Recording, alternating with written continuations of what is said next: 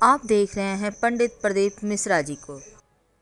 इस कथा के माध्यम से हमें वहां पहुंचना है कि शिव महापुराण ये वर्णन कर दे कि पहला ओम का नाद कब प्रकट हुआ था,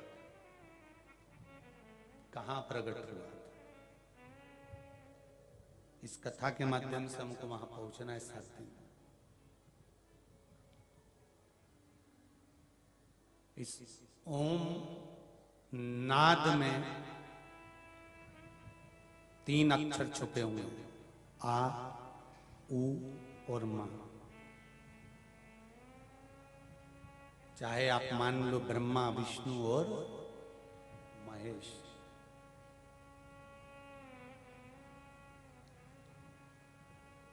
सारे वेद, सारे शास्त्र, सारी पुराणे,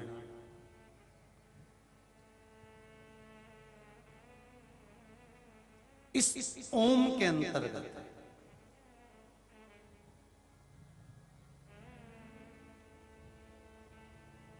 और केवल सनातन धर्म ही नहीं,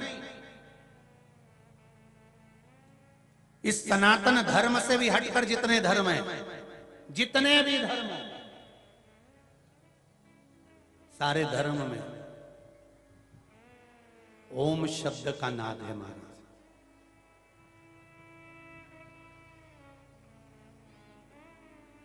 एक बात का स्मरण रहिएगा आपके भीतर,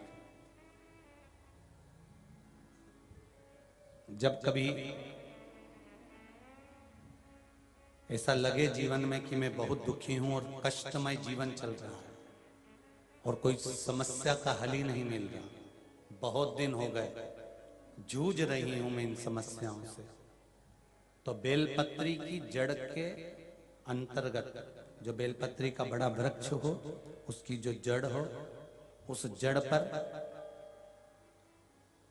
लाल चंदन घिसकर या लाल चंदन से कटोरी में घिसकर लेकर जाएं। शिवजी पर लाल चंदन से पूजन करने के बाद में उसी चंदन को लेकर आकर बेलपत्री की जड़ के अंतर्गत ओम अक्षर को लिखकर एक बेलपत्र अपनी कामना कर उस जड़ पर बेलपत्री के समर्पित करना। पहले कथा में कहा है कि बेलपत्री कोई साधारण सा वृक्ष नहीं है, इसको केवल साधारण मत मानना।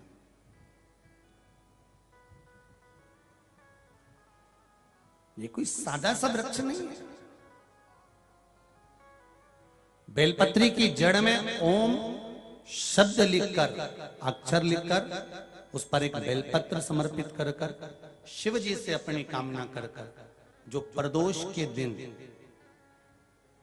प्रदोष काल के अंतर्गत बेलपत्री के वृक्ष की पूजन कर कर, ये नाद कर कर, ओम अक्षर का नाद कर कर स्मरण कर कर आता है। ज्यादा से ज्यादा कहेंगे तो 4 दिन, 5 दिन में या 6 दिन में मेरा देव अधिदेव महादेव, जो समस्या और टेंशन जिंदगी में चल रहा होता है उससे थोड़ा बहुत तो निजात मेरा देव अधिदेव महादेव उसी समय करना प्रारंभ कर देता है। शिव कृपा होने लगती।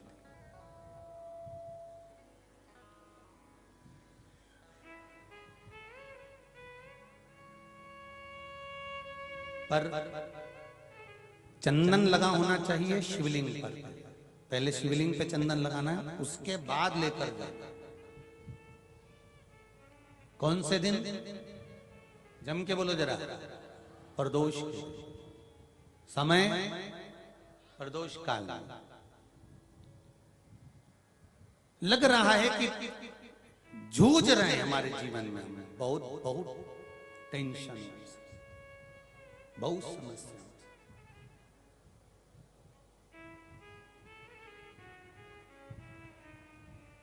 तब ओम अक्षर का नाद मूल होना चाहिए। आप में से कितने लोग शिव मंदिर जाते हैं? सभी लोग जाते हैं ना। तो शंकर जी के मंदिर जाते हैं तो आप जब वापिस लौट कर आते हैं तो नंदी के कान में, जब हम नंदी से कुछ कहते हैं आप लोग जब वापिस लौट कर आते होंगे तो नंदी से कहकर आते होंगे ना कुछ ना।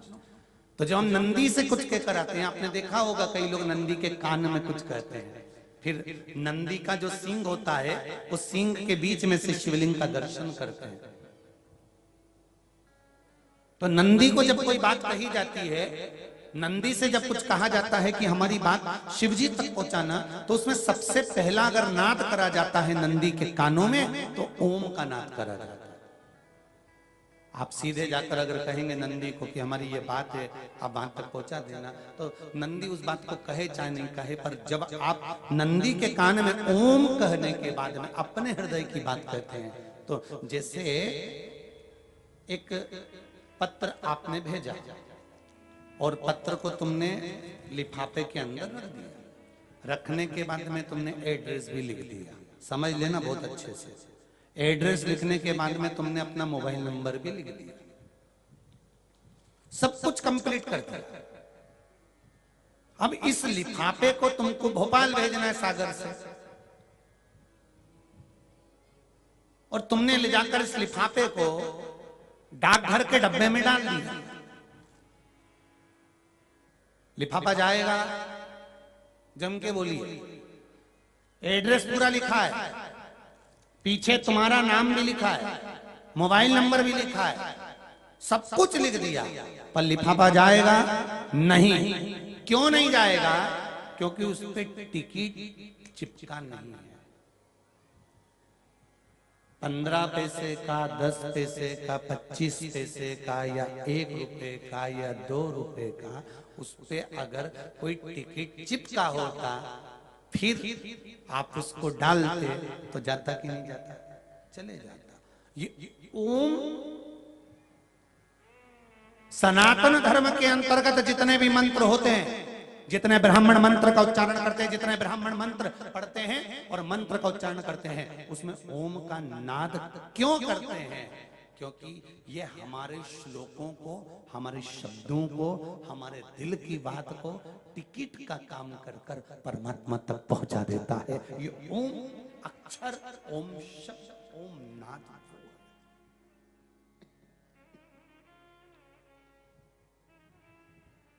वहां तक पहुंचा।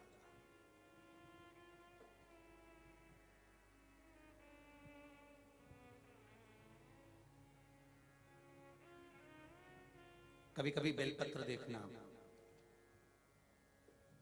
जब बेलपत्र आप समर्पित करते हैं तो ऊपर वाली जो पत्ती होती है उस पे ओम लिखते हो। कई किसी किसी को लिखते हुए देखा होगा, चंदन से, पीले चंदन से, लाल चंदन से। सबसे मूल 3 पत्तियों में बीच वाली जो पत्ती उस पे ओम लिख दिया, फिर इधर वाली में लिख दिया नमः, इधर वाले में लिख दिया शिवाय। कभी आपने देखा कि इधर वाली पत्ती में ओम लिखा हो, इधर में नमः लिख दिया हो, इधर में शिवाय लिख दिया हो? नहीं, लिखने वाला लिखेगा, क्योंकि जो विद्वान होता है, चतुर होता है, जिसमें विद्वत्ता होती है, वो सबसे ऊपर वाली पत्ती में ही ओम लिखेगा, क्योंकि उसको मालूम है ये ब्रह्मा है, ये विष्णु है और ऊपर शिव है, इन दोनों का समावेश ओम में है, इसलिए वो सबसे पहली पत्ती में ओम ही लिखता है।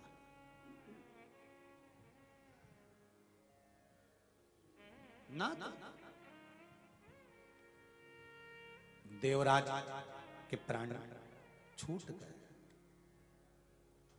शिव मंदिर से आया, चोरी करने वाला देवराज प्राणों को छोड़ा। एक लोटे जल की महत्वता जानकर माता, उनकी देवराज की मां जो जल चढ़ाती थी, उसका फल ये मिला कि देवराज के प्राण जहां छूटे वहां कोई दूसरा वृक्ष नहीं था, बेलपत्री के वृक्ष के नीचे प्राण छूटे। सनातन हिंदू धर्म के अंतर्गत आज भी किसी का अंतिम संस्कार करने के लिए ले जाते हैं, अर्थी को लेकर जाते हैं, तो एक जगह पर अर्थी को रोका जाता है, उतारा जाता है। इधर उतारते कि नहीं उतारते वो हमको मालूम नहीं, पर शास्त्र रीति कहती है एक जगह अर्थी को रोक देते हैं, उतार देते हैं, अर्थी को नीचे रख देते हैं। कुछ देर के लिए अर्थी ले जाने वाले भी वहां पर बैठ जाते हैं किसी से पूछो, कोई विद्वान से पूछना, जो गांव का पुरातन व्यक्ति हो, बुजुर्ग हो, उससे पूछो कि ये शमशान जाते समय अर्थी को बीच में क्यों रोक दिया, इस अर्थी को यहाँ क्यों रोका गया, अर्थी रोकने का कारण क्या था, क्यों कहा यहाँ अर्थी को उतारो, यहाँ उतारा करना, अर्थी को उतारना पड़ेगा, यहाँ रखना पड़ेगा, रखने के बाद लोग 4-5 पत्थर बीनते हैं, फिर उधर फेंक देते हैं, बैठ जाते हैं, क्यों, किस लिए, क्या कारण क्या है, उसको मालूम होगा तो वो जरूर बताएगा कि शिव महापुराण के अनुसार देवराज के प्राण बेलपत्री के वृक्ष के नीचे छूटे थे, इसलिए शास्त्र रीति कहती है जिस मुर्दे को लेकर जाते हैं, कोई बेलपत्री का पेड़ जो गांव में होता था उसके नीचे अर्थी को थोड़ी देर रख देते हैं तो उस जीव आत्मा को कैलाश धाम पहुंचा दिया जाता है जो उस पर बंधी।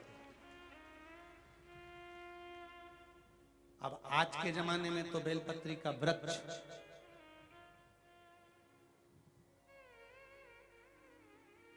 एक निवेदन सबसे करेंगे, मौका मिले जीवन में, अगर मौका मिले वृक्ष लगाने का, तो जिस मार्ग से अर्थी निकल कर जा रही हो, शमशान जा रहे हो और बीच रास्ते में दोनों तरफ अगर मौका मिल जाए तो कहीं एक अगर बेलपत्री का वृक्ष लग जाए और उस बेलपत्री की छाया उस मुर्दे पर और अर्थी ले जाने वाले पर पड़ जाए तो वो स्वयं ही शिव के धाम पहुंच जाते हैं। उसको पहुंचाने की जरूरत, कभी मौका मिले